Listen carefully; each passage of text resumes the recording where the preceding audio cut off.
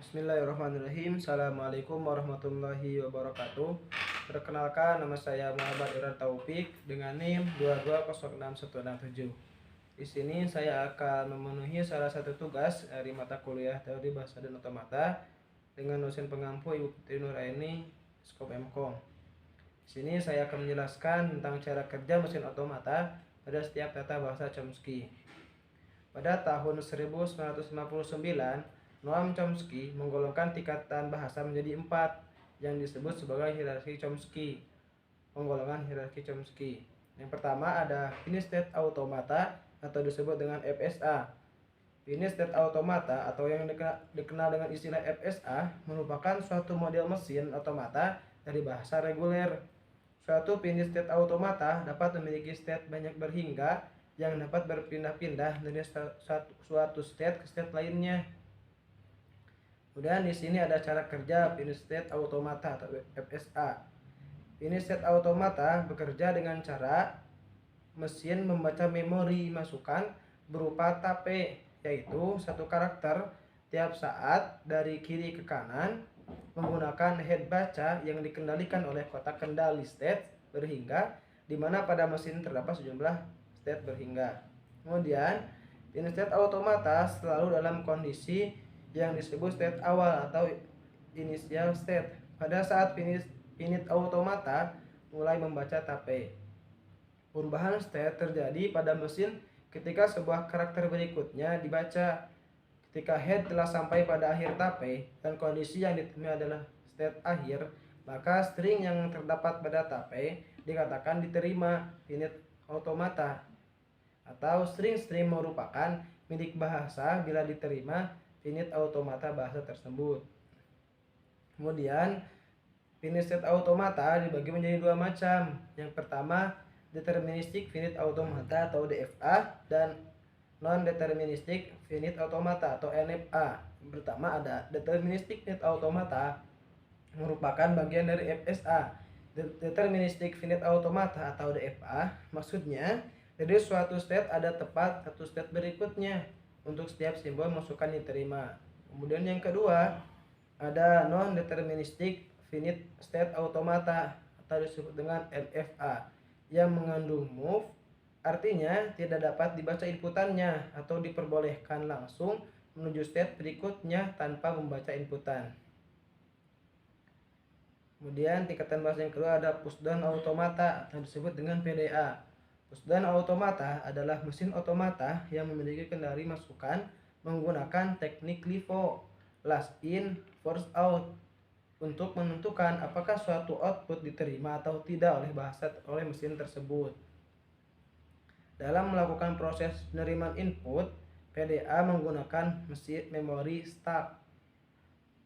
Kemudian di sini ada cara kerja pushdown automata. Mekanisme kerja memori stack adalah menyimpan input pertama pada alamat paling bawah, input berikutnya disimpan pada alamat di atasnya, dan input terakhir disimpan pada alamat paling atas. Perintah operasi yang digunakan untuk menyimpan input pada stack adalah push, sedangkan perintah operasi untuk mengeluarkan input yang telah tersimpan adalah pop. Kemudian yang ketiga ada linear bounded automata. Linear bounded automata atau disebut dengan LBA adalah jenis mesin Turing yang memiliki batasan. Pada tahun 1960, Myhill memperkenalkan linear bounded automata yang termotivasi dari penelitian Robin dan Scott pada tahun 1959 tentang finite automata. Linear bounded automata adalah mesin abstrak yang memiliki kemiripan dengan mesin Turing. Hanya saja ketika input diberikan ke dalam proses komputasi, tape tidak diperbolehkan untuk melewati wilayah batas dari infinite tape. Tape itu sendiri memiliki panjang tak terhingga dengan maksud untuk mengakomodasi masukan dari panjang yang bisa diatur semuanya. Linear bounded automata adalah mesin Turing non-deterministik yang memiliki 3 kondisi. Yang pertama ada alfabet masukannya mengikutsertakan 2 simbol spesial, yaitu left dan right. yaitu left dan right end marker atau penanda batas kiri dan kanan.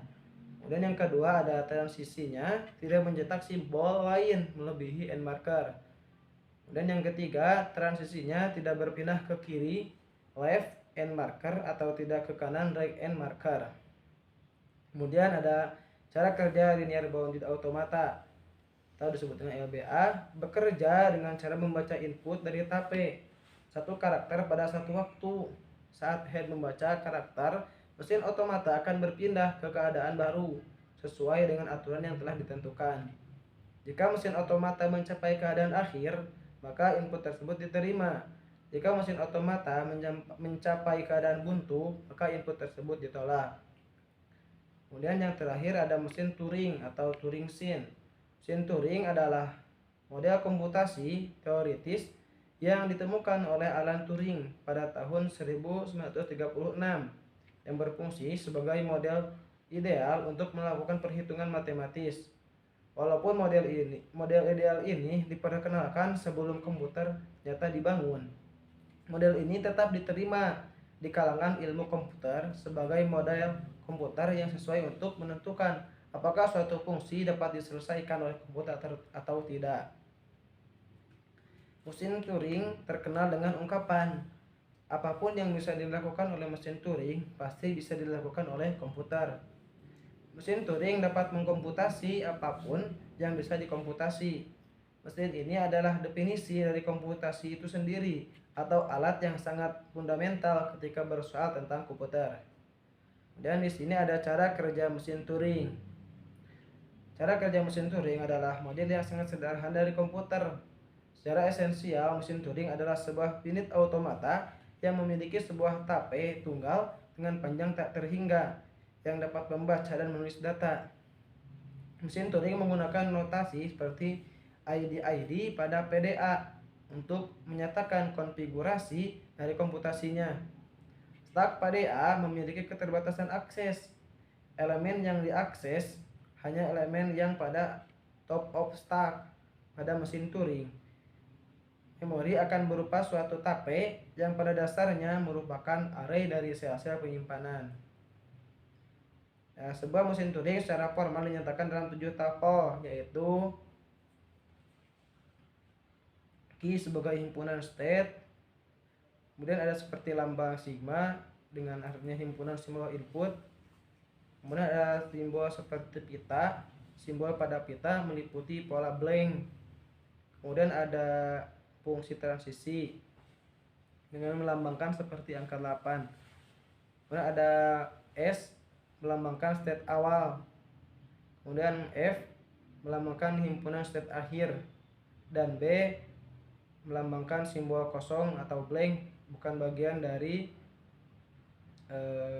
sigma B dan lain-lainnya. Terima kasih. Sekian dari saya. Mohon maaf bila ada salah-salah kata. Assalamualaikum warahmatullahi wabarakatuh.